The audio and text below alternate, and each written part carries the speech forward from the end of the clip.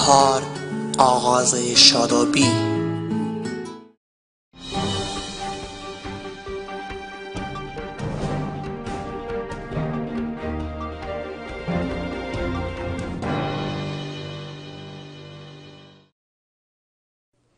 هموطنان عزیز، سلام به شما.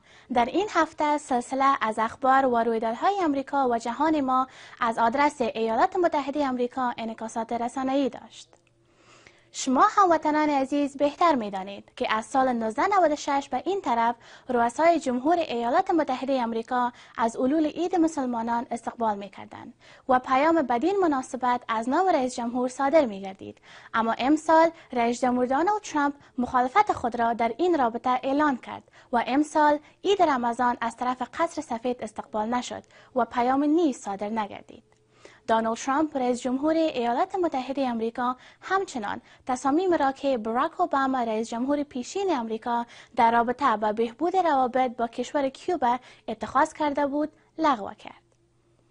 ایالات متحده امریکا توافقنامه ای را به ارزش 12 میلیارد دلار برای فروش 70 بال فانتوم 15 با کشور قطر به امضا رسانید و قرار است 40 بال جنگنده دیگر را نیز در کشور قطر به فروش برساند. رئیس جمهور دونالد ترامپ در تلاش است تا اینشورنس سی با نام اوباما کیر را لغو و به عوض آن اینشورنس جدید را مطرح سازد، ولی با مقاومت جدی دموکرات‌ها در مجلس سنا مواجه است. نخست وزیر هند نریندرا مودی برای یک سفر 3 روزه وارد امریکا شد و برای اولین بار دونالد ترامپ در دعوت شب در وایت هاوس با نخست وزیر هند غذا صرف کرد و به اساس گزارشات امریکا در صدد آن است تا توافق هند در رابطه با کره شمالی و همچنان ارسال نیروهای نظامی را به افغانستان به دست آورد.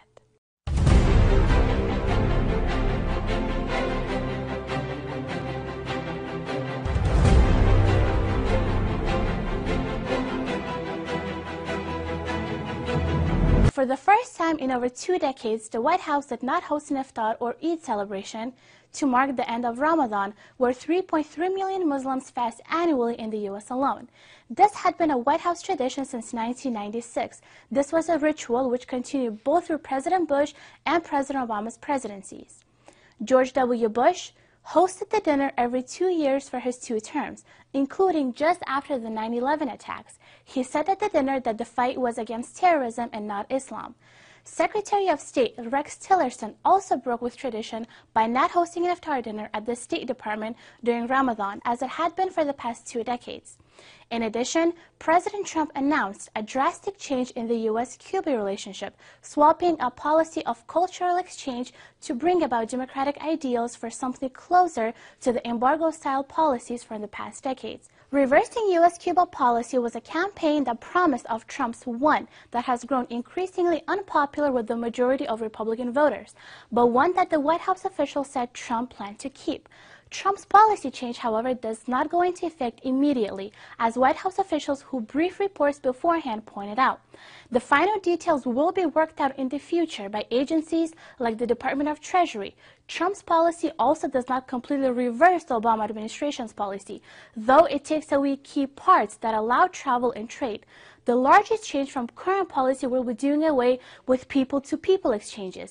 These trips were enabled under the Obama administration, so Americans could travel to Cuba without asking permission from the U.S. government or having to schedule the trip through a licensed tour company. Trump's new policy also prevents U.S. companies from doing business with Cuba's Armed Forces Business Enterprise Group, which, because it is involved with nearly every sector of the economy, will be severely limit trade. One of the next important events is the one with Saudi Arabia. The United States sealed a multi-billion arms deal with Saudi Arabia, a move that solidifies its decades-long alliance with the world's largest oil exporter, just as President Trump begins his maiden trip abroad as the leader of the free world. The agreement, which is worth $350 billion over 10 years, will take effect immediately, which was hailed by the White House as a significant expansion of the security relationship between the 2 countries. Simultaneously, Saudi Arabia is in a broad-based push for economic reform. and as part of that effort signed a flurry of deals with private U.S. companies worth tens of billions of dollars. Saudi Arabia is the primary destination for U.S. arms sales, according to the Council on Foreign Relations, with the kingdom purchasing nearly 10% of U.S. exports from 2011 to 15. Health insurance has also been receiving a lot of arguments lately. A bill to repeal major parts of Obamacare won backing from a majority in the U.S. House of Representatives. That means the bill will now be put to a vote in the Senate, which could lead to Barack Obama's healthcare plan being completely reformed, and parts of it being replaced with Trump's own vision.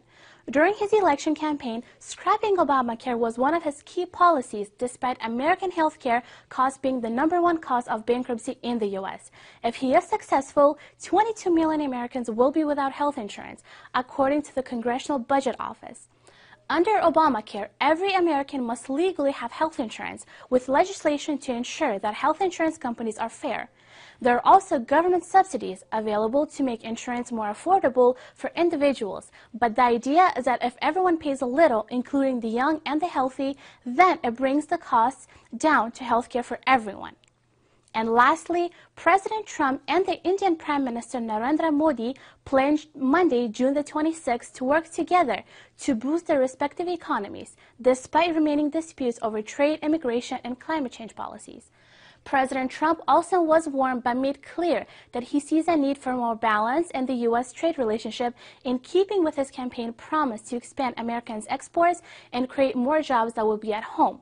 Last year, the U.S. trade deficit with India neared $31 billion. Donald Trump said he would like a trading relationship that is fair and also reciprocal. Further details on this topic will be provided as more information emerges throughout the next few days. جوانان وطن، تلویزیون بهار ندای ما و شما جوانان است. بیایید هر کدام ما نقش خود را در راستای روشنگری، اطلاع رسانی و خوشی مردم خود ادا کنیم. بیایید از تلویزیون بهار با همکاری های مادی و معنوی خود حمایت کنیم. سپاس از توجهتان. شما را به تعقیب سایر از برنامه های دلچسب تلویزیون بهار فرا می‌خوانیم.